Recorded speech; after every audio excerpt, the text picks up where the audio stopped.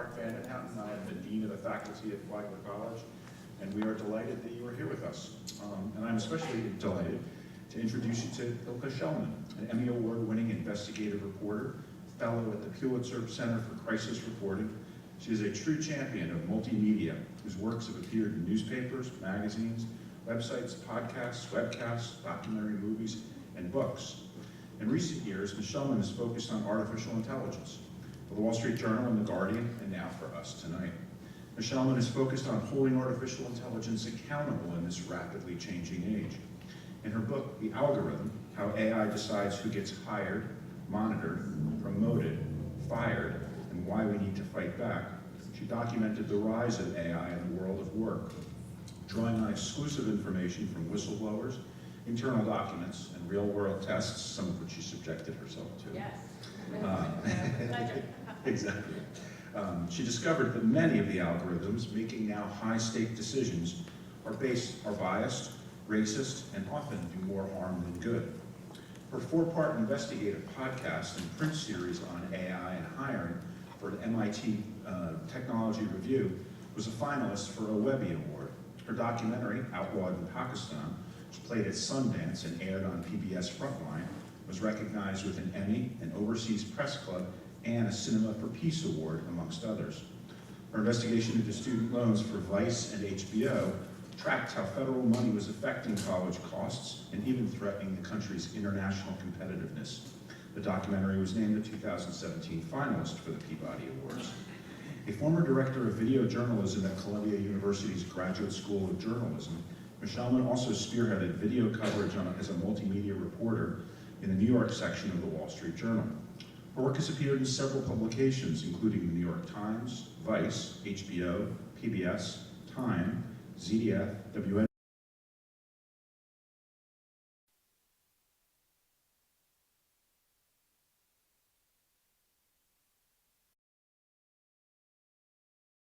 Foundation, MIT Knight Science Fellowship, Pulitzer Center for AI Accountability Network, and the part of Flagler College's continued participation in the Pulitzer Center's College Consortium.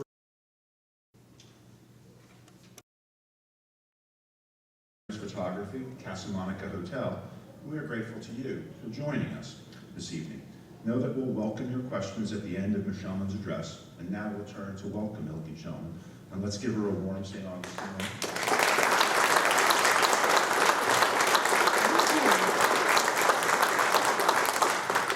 Thank you for not going outside on this beautiful spring day. I came in from Brooklyn yesterday, and I'm just blown away how beautiful everything is here. So thank you for coming out of the beautiful warmth night inside and listening to what I have to say. So I'm an investigative journalist, and we always talk about that investigative journalist.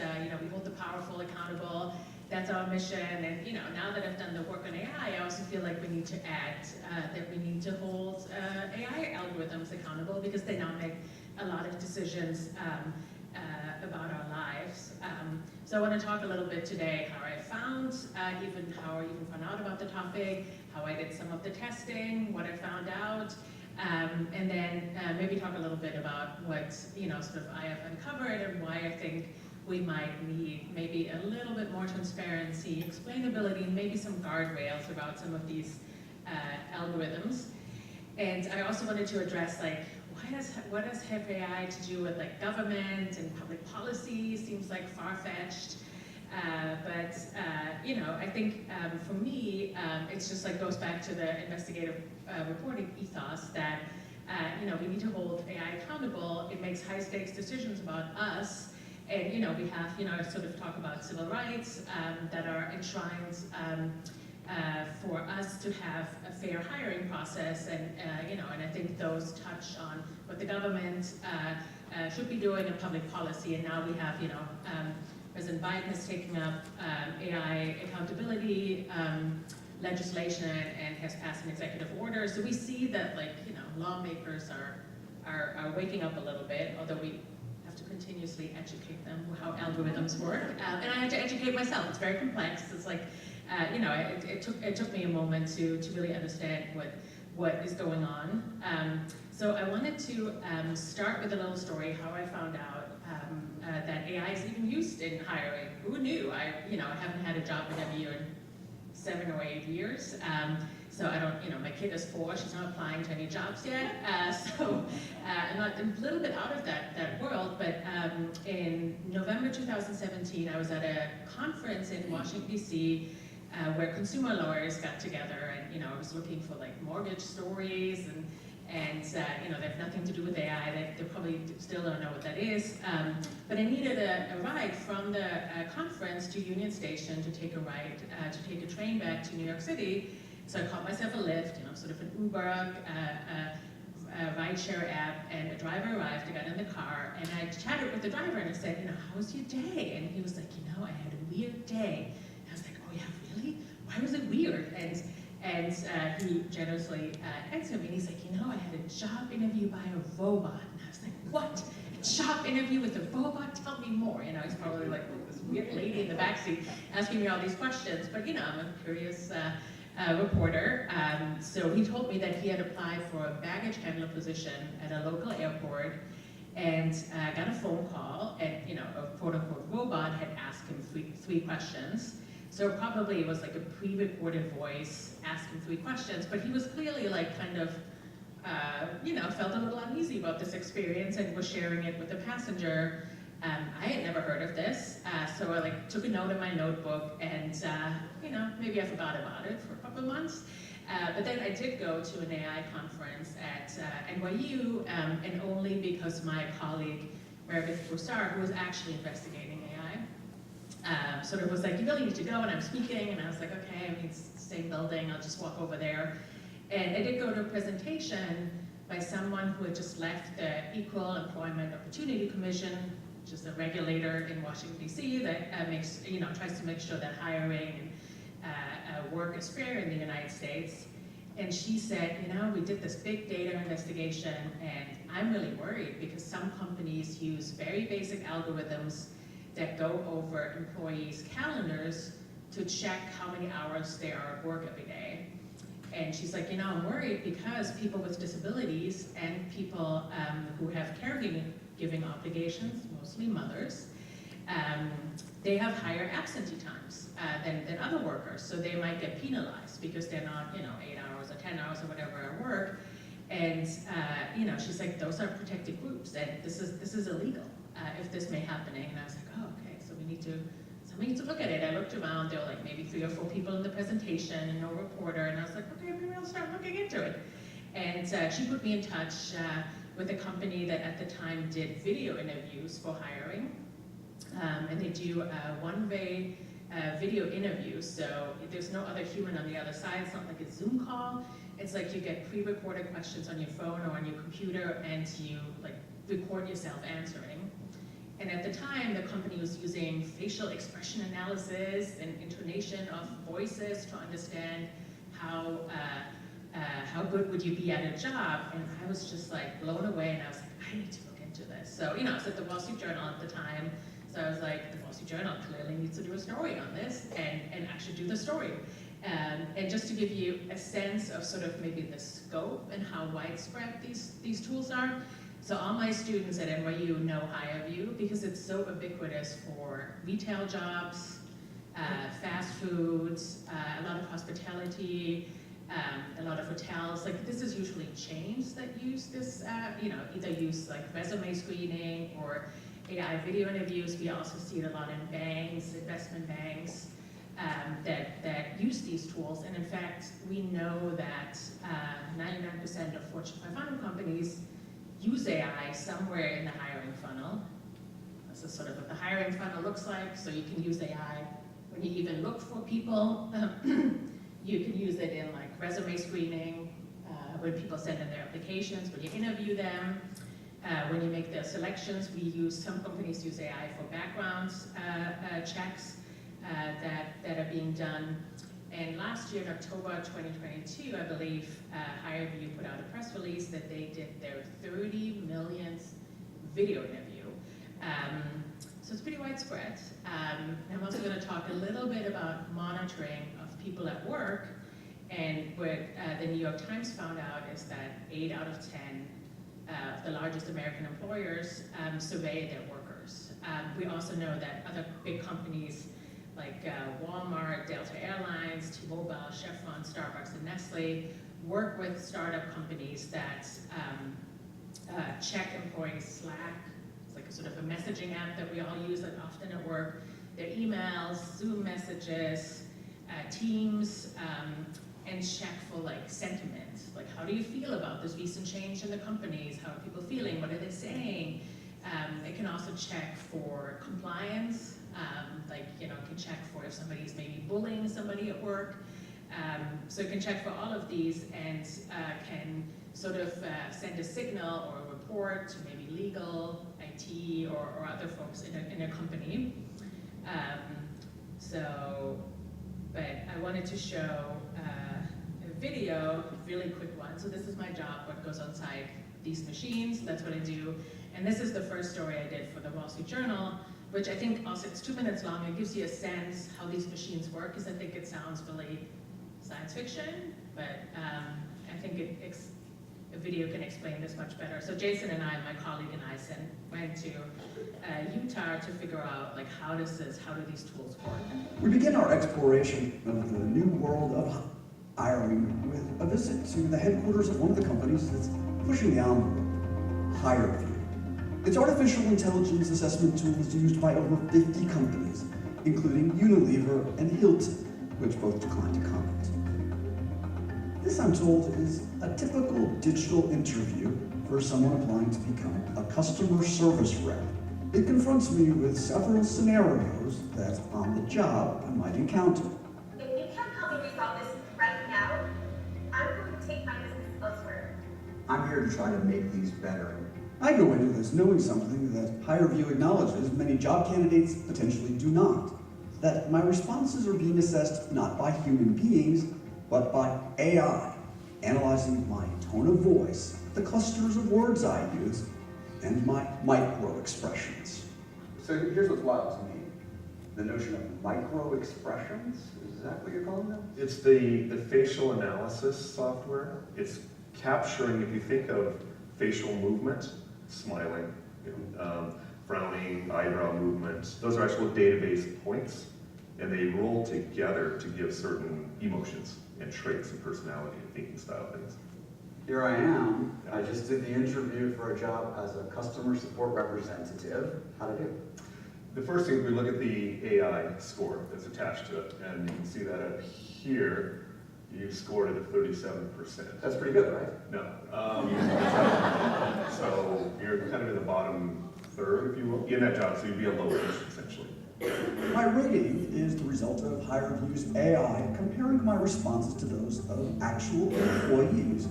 Essentially, my performance is being compared, my voice, my words, my facial expressions, against a company's highest performers.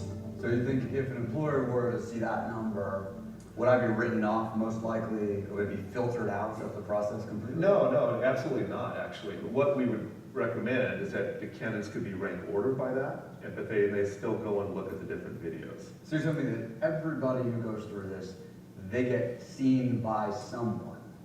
Can be, they want to watch all the videos. But they might decide, hey, this guy Jason only has 37%, not even worth our time. If you score so low, they might say, we may not watch all the videos, but they may watch a question.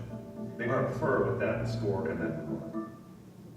So at the time, I was pretty blown away. I'd never seen anything like this, and I was like, wow, maybe these machines are superseding what humans can do. And humans are unfortunately also very biased. Like, we think we are very objective, and we would never discriminate, but we know from science that humans have a lot of unconscious bias, and I think we all sort of maybe have that, when I meet someone and I sort of, maybe, they tell me what they do and I have a little jolt and I'm like, oh, I didn't expect that. It's probably unconscious bias that I didn't expect that. So, a lot of humans have that. So after I started reporting on this and talked to them, and I was like, maybe this is like, the newest thing, and we're using machines to do this work, and maybe there is something in our facial expressions that, we didn't really know. So I talked to scientists, and that was a little bit of a sad awakening, because it turns out there is no science of facial expressions. There's no science to look at what facial expressions do we need in a job that make us successful. There's also no science of what facial expressions we need in a job interview to be successful in the job. And there also isn't, Nathan from HireVue talks about facial expression analysis. So it doesn't look, it's not like a facial analysis where it looks for, like, this is Hilke Schellmann. It looks as like, do I smile? That would mean to the computer that I'm happy, or to the software. And we also, the companies that built the software say that everyone has the same 6 emotions, but we know from science that that's actually not true. Not everyone who smiles is happy. And in fact, I've done a lot of job interviews where I smiled, but I wasn't happy. So a computer would beat, right? Like, she's smiling, so she must be happy, but I wasn't happy. So we see that there is, a lot of people are happy when they're smiling, but also a lot of people are not. So the science here doesn't really work out. So there's a little bit of a good part to the story. So after the video came out, and then a colleague of mine, Drew Harville, had a similar expose in the Washington Post in 2019, and there was an epic claim by a non-for-profit organization. And over time, HireVue did phase out the facial analysis software and the intonation of voice, because there's also no science for the intonation of our voices, how that makes us successful in a job. So that was great. The unfortunate thing is like, this industry is a little bit like a whack-a-mole. So like, one company stops using one tool, and then the next comes up with the next facial analysis software. So they're still around, but HireVue is the leader, and they're not doing this anymore. So it's like, it's a win in my book that something has been stopped. And so I think where a large part we see AI being used in hiring is in the screening phase and resumes screening. And companies use that because some of the companies, the large companies, get like overwhelmed by resumes, because since the dawn of LinkedIn, Monster, and Indeed, everyone can apply with like a mouse click, and that is really wonderful for applicants. But the companies on the other side get very upset that they get millions of applications, or they feel overwhelmed. Maybe they're not upset, but IBM gets about 5 million applications a year. Google gets 3 million. They don't have enough humans to go through them. So what's the answer is like technology. So they use what they call resume screeners, and they can work in two ways. Like, one is they look at the job description, figure out what are the words in the job description, how does your resume compare to that. And then the other way is for companies, maybe they want to look a little bit under the hood of applicants and really understand who you are. So they use resumes from current employees. So whoever is successful today, you have 100 accountants, take those resumes, feed it into the system, and tell the system, figure out what all these people have in common, like what's the magic in our company, and let's hire those people. And so when I talk to employment lawyers and folks who are there when a vendor markets a tool and a company may wants to buy it, some of them do their due diligence and have people come in. And they found problematic keywords that infer success. So in one resume screener, the word Thomas was a signifier of success. And I'm sorry for all the Thomases, but your name doesn't make you qualified for a job. It's like your capabilities and skills and your abilities, but apparently on the pile of resumes of successful employees were a bunch of Thomases, and AI tools look for statistically significant things, so it may have been statistically significant, and AI tools are not, they don't have morality or ethics. They found a keyword, statistically significant, it will be used. those lawyers that I talked to, they also found words like Syria and Canada were predictors of success. Those are locations. And who knows, maybe there are some people from Syria, or they've been to Syria, or they've been from Canada. Who knows how that came into the mix. Employment lawyers were very worried about discrimination based on national origin, which is not allowed in this country, that might come to play in kind of these resume screeners. They found one other example that really kind of sucked was there was one tool that gave people who had the word baseball on their resume more points, and people who had the word softball on their resume fewer points. So in the United States, that probably means gender discrimination, because more women often play softball and maybe men prefer or play baseball. So you see sort of like when we feed it training data into the tool that is based on current employees, we might bring, maybe this was some of these companies were maybe tech companies, so they had, they maybe had hired more men in the past than women. So in the pile of resumes, the tool found out that, the company preferred more men based on these keywords maybe, and, it was trying, it was finding those people. We know from Amazon, which is the only company, I think, that has ever gone public that their AI tool didn't work. They built a similar resume screener, and they found out that over time, the tool started downgrading people with the word women or woman on the resume because they weren't, in the past, hadn't been successful. They weren't on the pile of, there weren't enough of people with the word woman or women on the pile of current employees. So that's how this bias data gets into these systems. But they look to an HR manager, or most people, they look very objective, right? Because you get the score and people get ranked, and it looks like this was an objective decision making. And so I started to started to look into these tools. So I'm going to go down to the interviewing and selection here. So this higher view talked about the biased keywords and resume screeners. And then I started testing some of the tools because I often think about what happens with maybe people who have a disability. In this case, I tested 2 tools. One of them was marketed to Western companies who were going to hire maybe call center employees in the global south, so in India or the Philippines. And one criterion was how well do folks speak English. So this tool was going to find out how well we speak English. So I was like, okay, I'm going to test this. This sounds fun.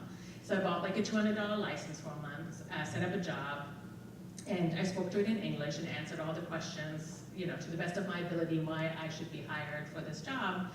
And I got an 8.5 out of 9, English competent, and I was really proud because English is my second language. I'm originally from Germany, and I was like, this tool is great. Found my capabilities to speak English, great. And then I thought, well, what is with people who have a really thick accent maybe, or people who have a speech disability? Would the tool recognize as well how well they speak English? So I thought, and I talked to the companies, and the companies always told me, oh yeah, no, we know that, and we have, the systems are calibrated for people with a speech impairment, and you have to get over a certain threshold, and if you don't get over, I don't know what that threshold is, you would get an error message, and a human would call you and do a job interview. And I was like, great, but let me test it. So I tested the tool, and this is another tool, my interview, in which I spoke to it in German, and it made a transcription. So we actually knew what the tool thought I said and how I got scored. So I have a minute of audio. We did this for a podcast. So Hilke, you also tried speaking German to my interview, and you got a score there too. I did get a score, but first I got a transcript of what I said. Okay, so this is what it interpreted your words to be. And I'm just going to read from the transcript here, which does not make a lot of sense. So, humidity is a desk, a beat up. Sociology does it iron, mind material, nematode adapt, secure location, masons the first half gamma their fortunes in. Yep, it's gibberish. Okay, what results did you get from this? I was scored a 73% match for the role, although I didn't speak a word of English, and the things I said in German had nothing to do with the questions I was asked or with the job itself. Because you were reading a German Wikipedia page.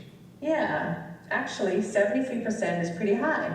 And I wanted to make sure this language discovery was just not based on me speaking German. So one of the graduate students who I work with was kind enough to record herself in Chinese reading the same Wikipedia text.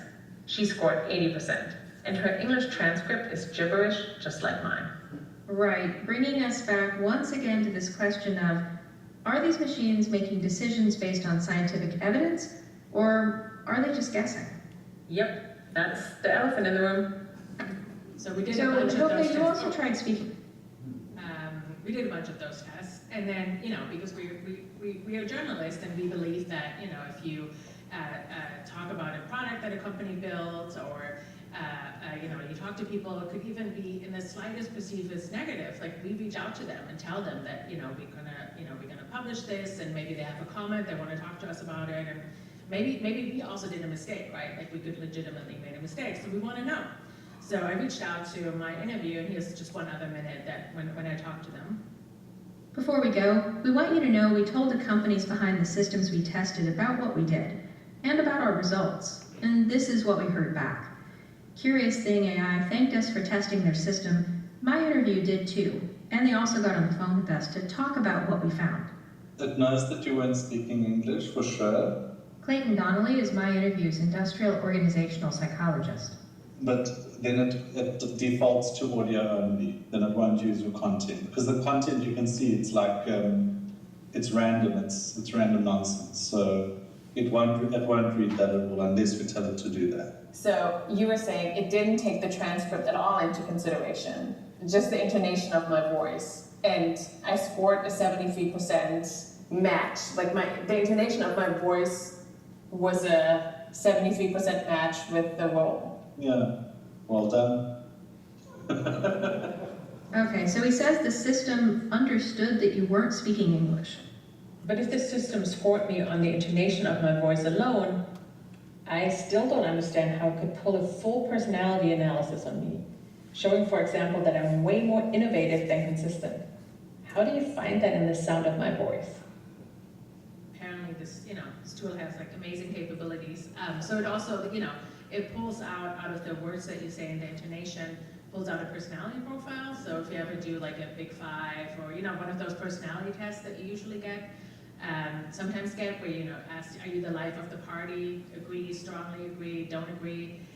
Those are now fully automated inside these systems, and they say that they find your personality. There's a lot of tests with that too, but I spare you that. But personality is now a big deal in hiring because skills have a shorter and shorter lifespan.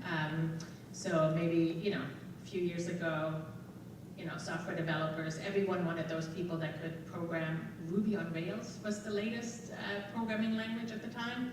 Today it's all in Python, so we don't need Ruby on Rails people anymore. So we have like a few years of a skill, but then you need to learn a new skill because we move on really fast. So a lot of companies don't necessarily want you with the skills that you have today, but they want people who are agile and retrain themselves, are team workers, and actually a lot of those soft skills, as they're often called, are actually really hard to find through these assessments. But companies have set out to do that, and this is the last tool I wanted to show. This is where folks are being asked to play games. So this is like a balloon game that I played, where you're being asked, here's like all of the instructions, and you're asked to pump up balloons and collect money before the balloon explodes. And that shows how your propensity for risky behavior. So I was checked for that. And, while I was playing the game, I was like, I wonder, what does this mean, these balloons? Like, what are they trying to find out? I didn't know that it was for risky behavior. And, I sort of had this meta discourse in my head. I was like, what are they testing for? I don't understand. Should I do this? Should I do that? What does it mean? And, you know, I kept playing, but, you know, the question is that I had is like, what does it have to do with the job? I wonder, like, what kind of job you have to do this kind of work, unless you know, you apply for like a video game company.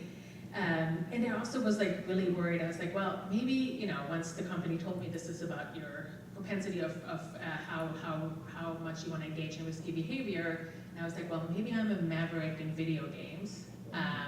But maybe, am I really a risk taker in real life? I'm not so sure. Another thing is that these games are calibrated again on people who are currently in the job. So those people play the game. The software compares them to the general public, and if they, maybe they're all risk takers, you're accountants, and now you're looking for risk takers in these games. And the question is like, is risk taking actually part of the job? Is that actually what we're looking for? Are we just looking for random things, you know, like Thomas, or, you know, Canada, or sort of those kinds of things, right? It's really unclear. We don't actually know. And with the games also, I think what really got us all worried is I played this with somebody, Henry Claypool, who is quadriplegic, and we got to this game here, where you have to choose a hard task or an easy task. I think I chose a hard. Did I choose an easy task? Oh, I chose a hard task. And the hard task is you have to repeatedly press the space bar and get this line to come up, to fill the bar. And while I was playing it, I was wondering, I was like, what job is this testing for? Like, where do I have to just hit the space bar as fast as I can?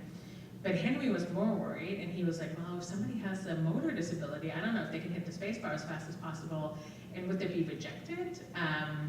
And so I think there's a real, could be a real problem here with people who have, especially disabilities, because, you know, they're already underrepresented in the workforce. You know, it's also a question, you know, another question is also like people maybe are older and don't play video games as much. Is this something that works for them? We don't really know. But for folks with disabilities, they're underrepresented in the workplace. They're often not part of the training data. So they may not be represented in the video games.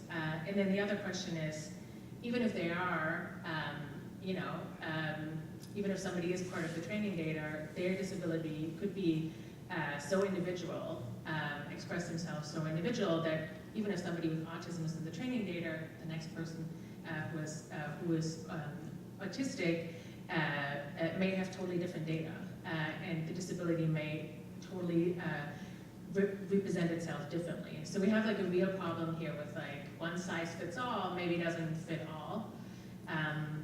And you know, I kind of do this work because I do think it matters who gets a job. Like most of us need to work for a living, and you know, I want to provide a roof over my head and feed my children. And you know, I'm really nervous before a job interview because it matters if I get the job. And you know, I think if I would apply for a job and I, you know, wouldn't get the job because I'm not the most qualified, I'd be sad about it. But if I would find out that, you know, it's maybe a faulty algorithm that threw out my application because, you know, I put the word softball on it or something like that, I would be really upset. That's not fair. So that's why I do this work. I have some thoughts on maybe what we could do with some of the tools to make them better, but I wanted to open up the mic and get you all to ask me questions. Thank you.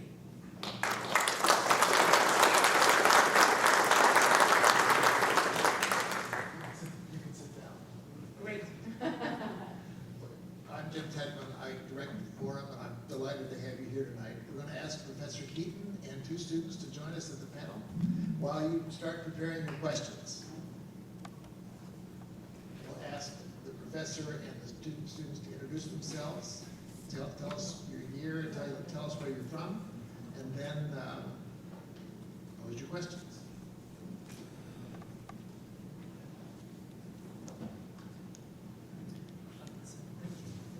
Professor Schellmann, that was great. Can you all hear me? I think you have to really lean in. Really use the microphone.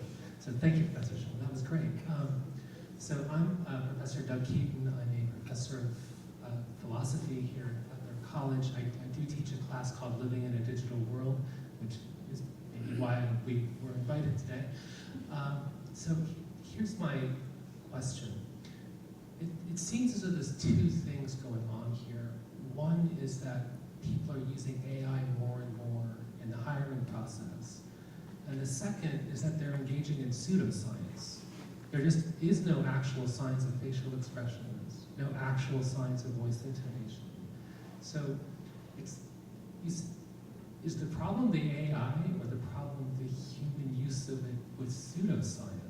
Would there be some, maybe I'm inviting you to answer the question you asked at the end there, which is what would be a better way to use AI? Yeah, I mean, I actually think that, you know, AI is just a technology, and it does whatever we tell it to do, and if we have biases, it will absolutely replicate these biases, and we see that in ChatGPT as well, the large language model that OpenAI built and all of the text on the internet, you know, it can be racist and misogynistic because we are, and that's the text that it was built with. So yeah, I do think that like algorithms and AI could be really helpful in hiring because I do think that these companies need a technological solution. But I think the problem is, you know, like I think vendors say, you know, our tool is the most efficient, will save you the most money, it will also find the most qualified people with no bias. And these tools are very, very, very, very efficient, so much so that some big companies have laid off 30% of their HR staff. And they do work in finding people much faster, but we haven't found a whole lot of evidence that they do this without bias and that they find the most qualified candidates. In fact, we know from the other way around, when scientists do surveys of HR managers and people who are in leadership at companies, they have said, almost 90% of them have said that in their AI tools, they know that they reject qualified candidates. But I guess it's just a cost-benefit analysis that this is like so efficient that we will keep using it. And I think there isn't a whole lot of monitoring. And I think that maybe comes from the incentive companies buy this to spend less money, not hiring new people to then have to monitor these tools and like, what do these tools do? So I think that's another problem. So I think we could build better AI. And in fact, you know, that's one of the things while I was writing the book, I was like, what could we do? How could we make this better? And I felt like, you know, I've worked with computer scientists and sociologists and others together to test these tools on much larger sample sizes than on Hilke and 2 other people. And I really thought, like, maybe we should build some of these tools. Like, maybe we can take out, you know, the vendors' incentives is like, they're startups, they have to make the money back, they have to bring a product to market. So maybe if we build it in the public interest, could we build a resume screener that works, that's not biased? So I think that could be something we could absolutely engage with and make that public so companies can use that. And I think with the pseudoscience, I think it's just like, feels kind of human nature. Like we do think that something about ourselves is expressed in our facial expressions, right? Like we do think that like our handwriting says something about us and who we are. And you know, the words that I use does feel like it's me. So like that we want to look under the hood is like very human, right? Like we also say like, oh, that person looks grumpy, and I don't know if that person's really grumpy, but they look grumpy, right? So we feel that their emotions are on their facial expressions. So I think, you know, the problem is that we now have technology that can record those signals, facial expressions, the words that we use. Are they meaningful? I mean, clearly some are not. Maybe some are, but we haven't fully tested that. So I think that's some of the problems that we see. Hi, my name is Valerie Durant. Can you hear me okay? Yeah. Awesome. So I'm a sophomore here at Flagler College. I major in psychology, philosophy, and religion with a minor in biology. And a lot of my areas of interest have to do with cognition, thinking, facial expressions, and ethics, how we use these tools. So when I heard you talking about this, I was immediately curious because I was wondering if AI is checking for sentiments across messaging apps like Slack and compliance and rudeness and things of that sort, it makes me wonder how AI is meant to take in multicultural workplaces. Because I'm a first-generation American, my parents are Peruvian, and the way I communicate is strongly affected by my culture. But what I perceive to be rude might just be a cultural custom. And this is very true of the United States. But the AI seems to be trained upon this classic American model, which makes me wonder, how would AI account for these multicultural workplaces, and if it even could? Yeah, I think that's a great question. And I think it's, often based on the training data. Is the training data diverse and diverse enough? So it's not like enough to have like one person in there. You need like reams. We train these, looking at a transcription model that transcribes people speaking into written text that was trained on 680,000 hours of recordings. I mean, it is, a vast trove, or probably all of YouTube or something that they downloaded and used. So if we don't have different people in the training data, it's probably not going to be diverse unless companies have a lot of developers who think through this and push against that. And arguably, Microsoft with their video tool that you can put in text and it makes videos may have tried that and kind of went overboard, right? Because it started having like Nazis and other things. So I think, and I've done this on a bunch of different ways, looking at, AI is like very good at finding these patterns. In fact, it's much better than we are humans, and it can do it on like vast troves of data. But social concepts are very hard. And race is a social concept. A lot of those things. I looked at raciness qualifiers that companies use in social media, like how racy an image is, like sexy, I guess. That's probably different for everyone, but companies put that into like one number, and that seems to be futile. It also depends on different cultures, so it can be really problematic. Unless, we have human oversight. If like a human maybe looks over it, maybe they will find that it's probably just like a cultural expression, but maybe not. It's very interesting. As a follow-up, I find it interesting because in a lot of cultures, sometimes these expressions can contradict each other. What might be considered very polite in one culture could be very rude in another culture. So I'm wondering, how does AI account for these contradictions?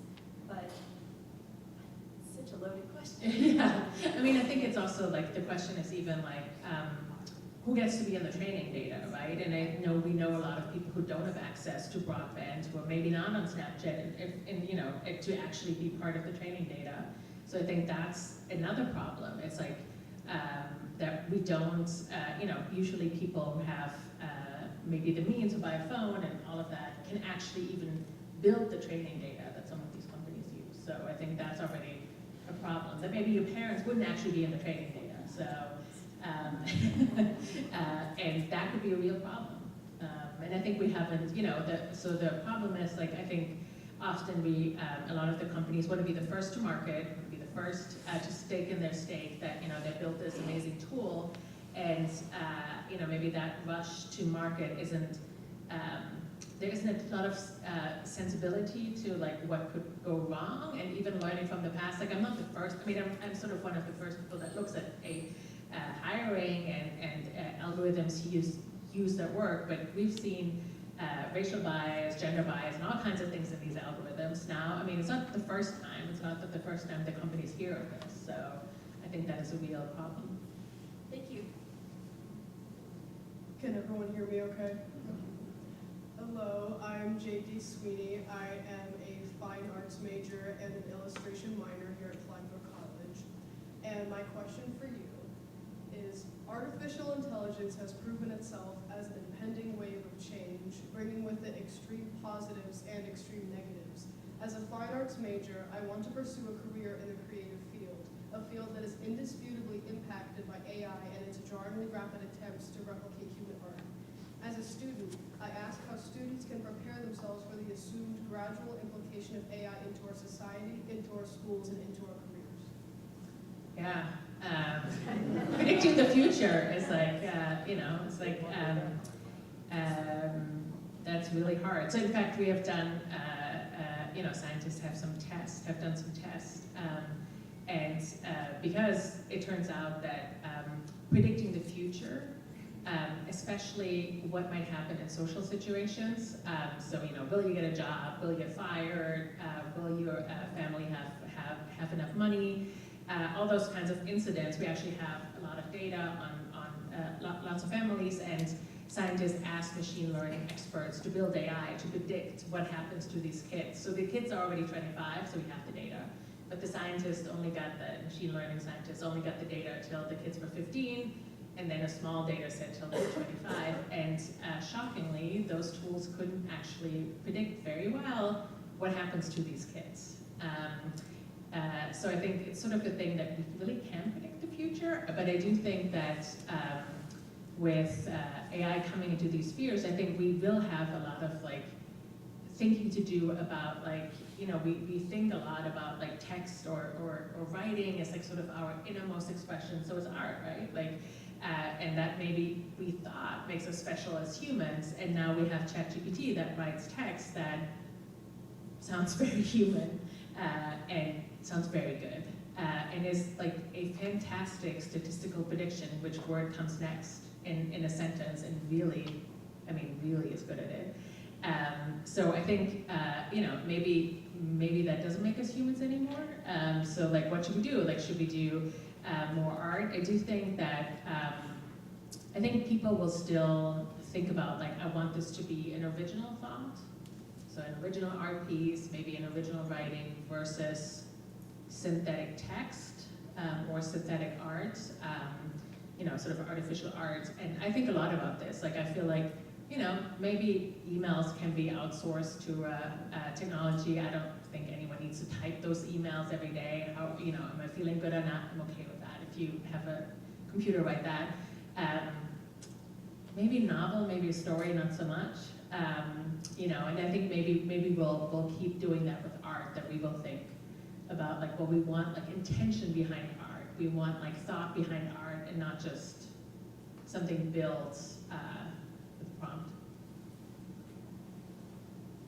You people should be writing your questions, so you write them out, collect them. Then let's begin another round of questions here, Professor.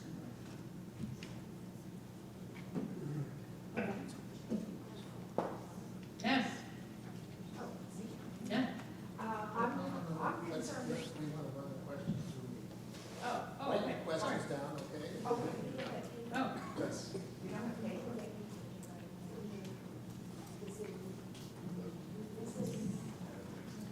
No. Inside of the. There should be a blank sheet of paper inside of your program.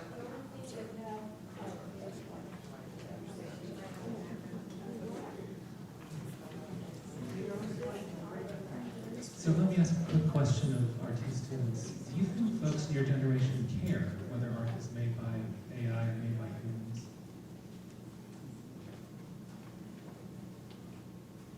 So I spend a lot of time in art spaces online, and AI is a huge concern among the art community that I'm observing, which I think is fascinating because, of course, when you are growing up in a digital age, you find art to be one of the most powerful expressions of identity. You create your characters, you create your stories, you put so much emotion and time into learning all of these skills, and oftentimes you are really bad at it, but then you get good at it. But it's human, that is a part of human factors, right? Now seeing that AI can mimic such popular art styles in a second can be really disheartening for young artists. And oftentimes now, I see very popular artists online being accused of using AI art when their art is in fact not AI. Instead, their art is being used to train AI. So at least in the spaces I participate in online, it has been a strong concern, but that is only representative of what the algorithm is feeding me.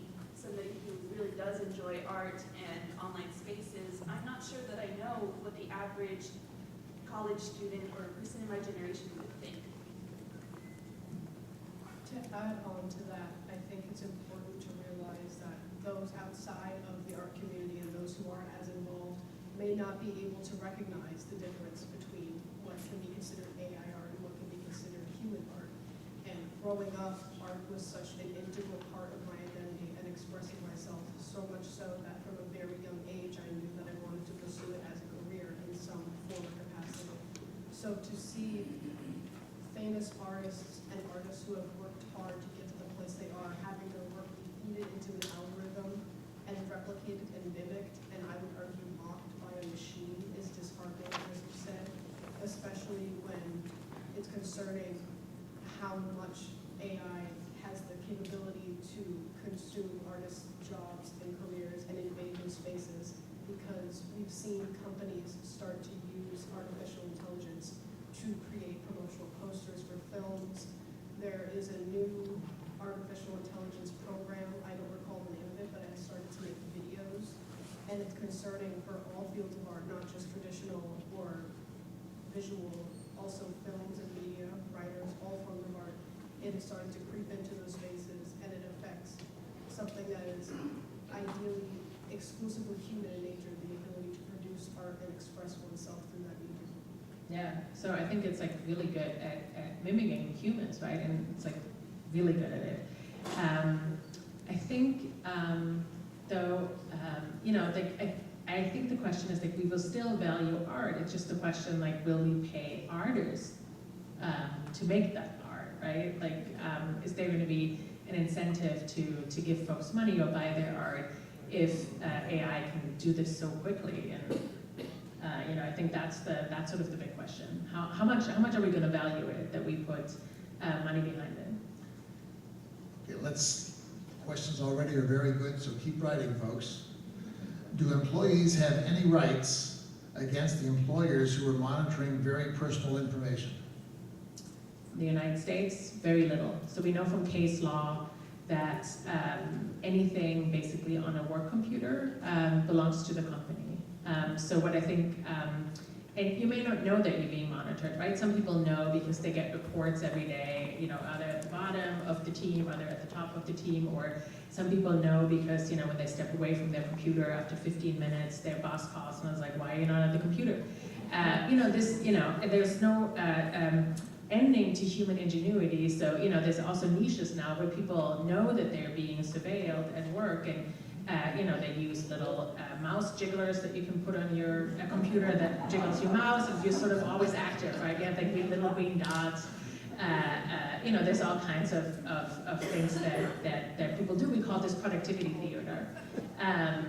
And Microsoft has done some research on it and found out that a lot of people actually engage an hour a day in productivity theater. So maybe they check in at 8 in the morning. They're like, I'm at my desk. But maybe they're not working. So, but the unfortunate truth is there isn't a whole lot of, there's actually no expectation of privacy on a work computer. So I think what a lot of people do who are concerned about this, they have their company computer and then they have their own computer. Because they don't want, you know, even if you would like check into your own personal email, Gmail on a work computer, that could be part of, you know, if the computer has a tool built in that takes in every keystroke, it would get into your emails, into your banking information.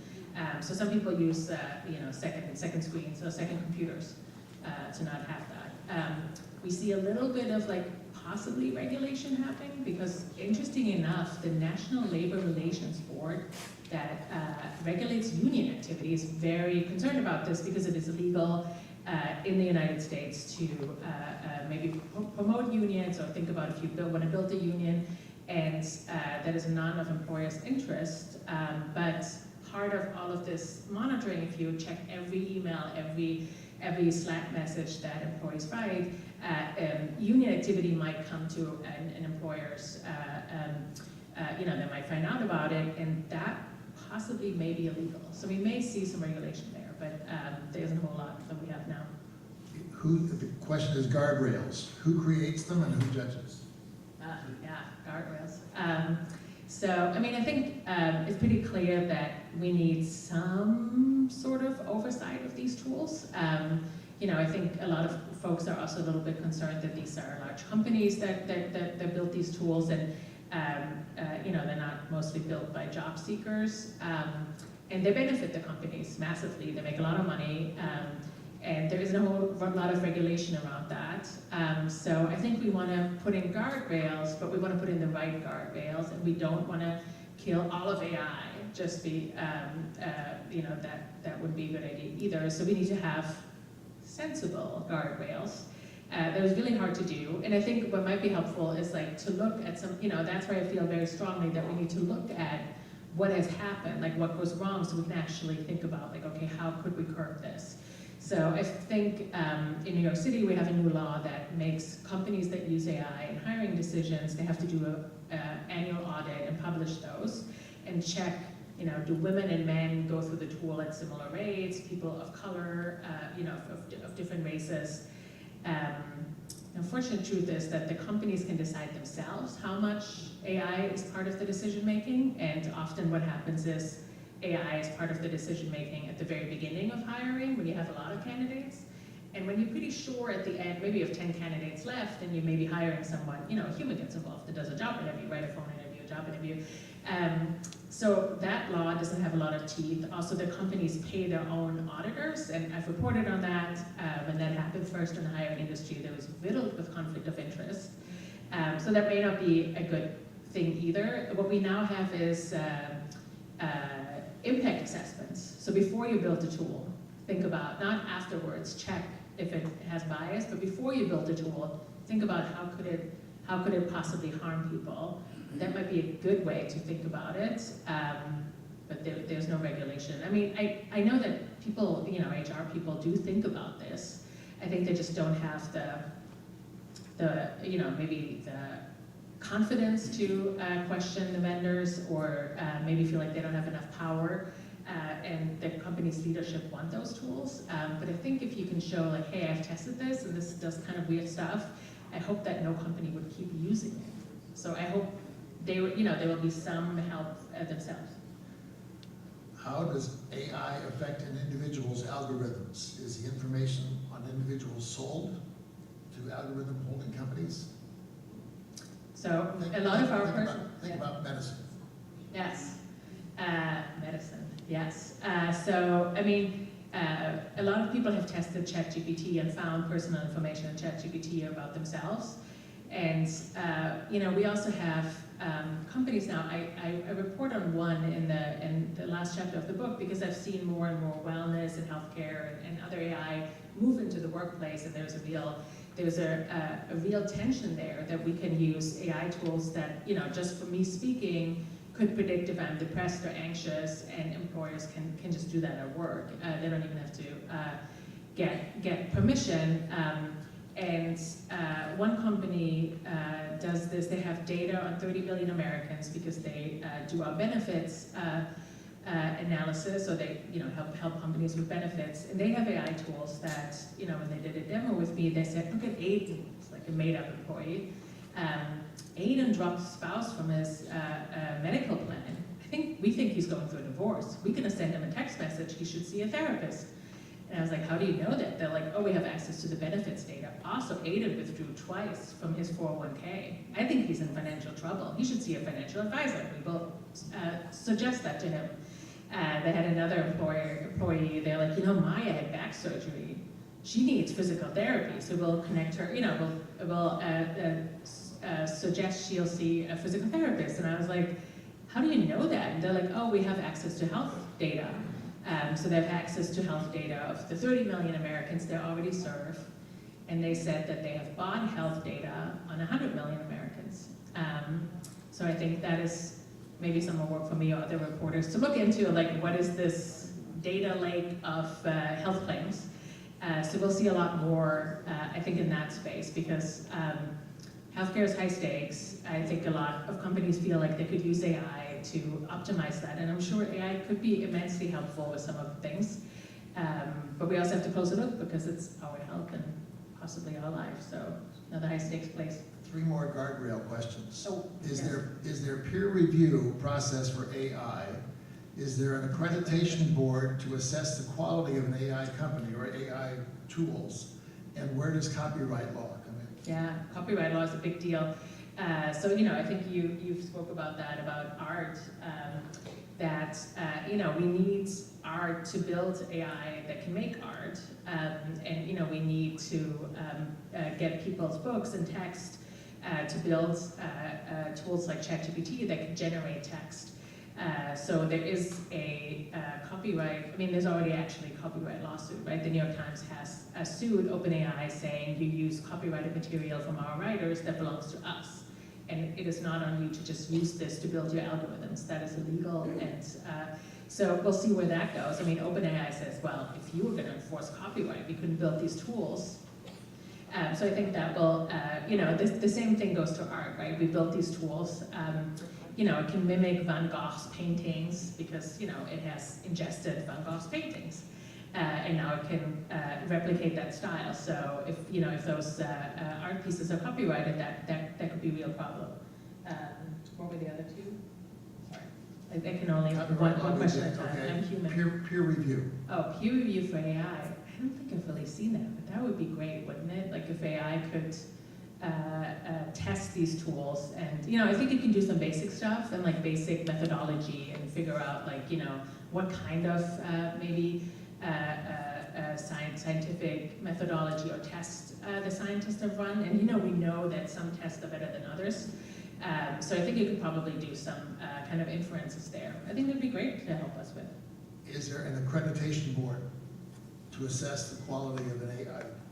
NIST, which is NIST is sort of a national board for standards. They have looked at facial recognition software and built a standard, and they're actually looking at AI standards. But there is so many different ideas. Same with audits. Like we talk about audits, like those are a set thing. But actually, we don't really have any standards yet because this is an evolving area. How should we audit these tools? So the same with an accreditation board. NIST is working on this to have standards, but we don't have standards yet. So are the Europeans. So who's going to push that? Is it going to be corporate Americans, or is it going to be complaints from employees? I don't know if the complaints from employees reach the folks who are building accreditation and guardrails. I don't know. You're expressing employee complaints, though, with your stories. Yes. So, I hope that lawmakers will listen to that. I think, this might also be one of the first elections where politicians themselves might be affected by deepfakes, where, you can generate audio and video about them.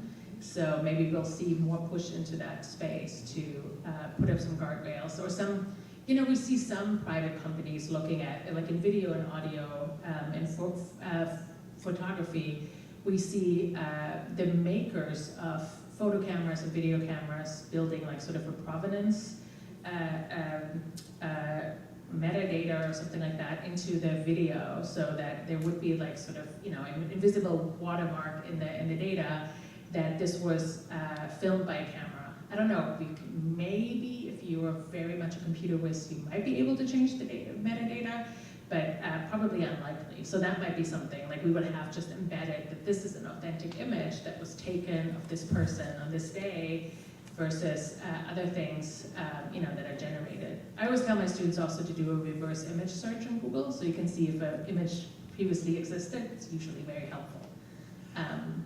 Does AI perhaps stumble on the age-old fallacy between correlation and causation?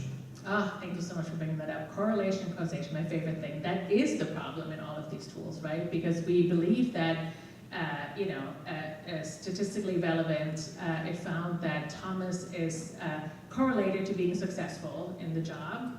And so a correlation now should be meaningful. And I think that is the problem that I think when I talk to data scientists, they often think, well, it's a correlation, statistically meaningful, so it means something.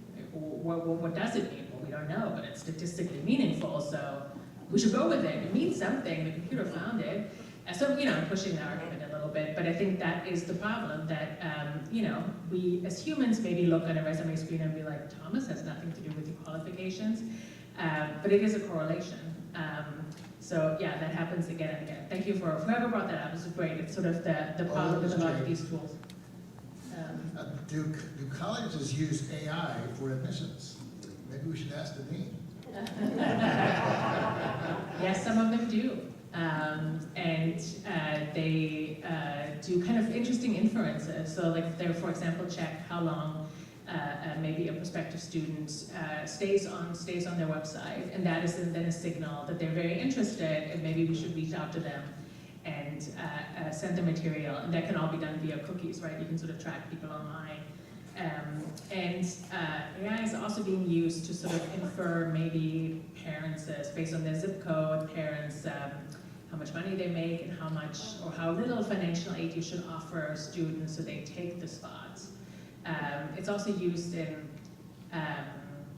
with counselors sometimes at some universities that check, maybe students doesn't show up, so maybe there's a signal there, something's wrong with the student. But it's also used if you're maybe close to failing a major. An AI can also signal a student counselor to speak to the person and maybe put them into other majors. So we use it in a variety of ways. What's your next book about? I think it might be, and actually I started liking writing a book. I never thought that because I used to make films and podcasts and I liked working in teams, and suddenly I was sitting there writing by myself. I guess I now don't have to sit there writing by myself anymore because we have tools that do that. But I do think that just talk to ChatGPT all day. It can be my new friend. But I think maybe AI in healthcare, I think there's so much there, another high stakes environment. And I do think that, there are a couple of companies that have a lot of our health data, and that is kind of the new gold. I think it's kind of really interesting what's going to happen there. There are copies of Hilke's book on sale out at the table, so if you, I think we can arrange to have them signed if you want to have them autographed before you leave. I'd be happy to stay here. And let me just say thank you, Hilke. You've been just a wonderful. Hilke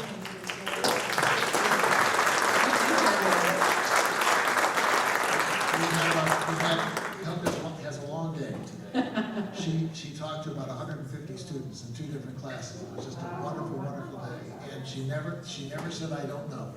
So this is good. Let me just say 2 things. We have the next forum speaker will be the 19th of March, Jody Enda. Remember the ladies. She's working she's a veteran journalist now working for a very interesting news service that looks primarily at the progress and advances for women. She'll be speaking, as I say, Remember the Ladies in a Complicated Year. And I'm asked to tell you that the Bob Woodward's appearance on March 26th is a sellout. So if you had planned to go but don't have your tickets yet, why come to see Jody Enda, because she'll give you a lot of information. Okay, now we have the final gift. Oh, that is exciting. Did you ask ChatGPT what my preferences and my... Oh my God, it is Mr. Flash. So we give her an award.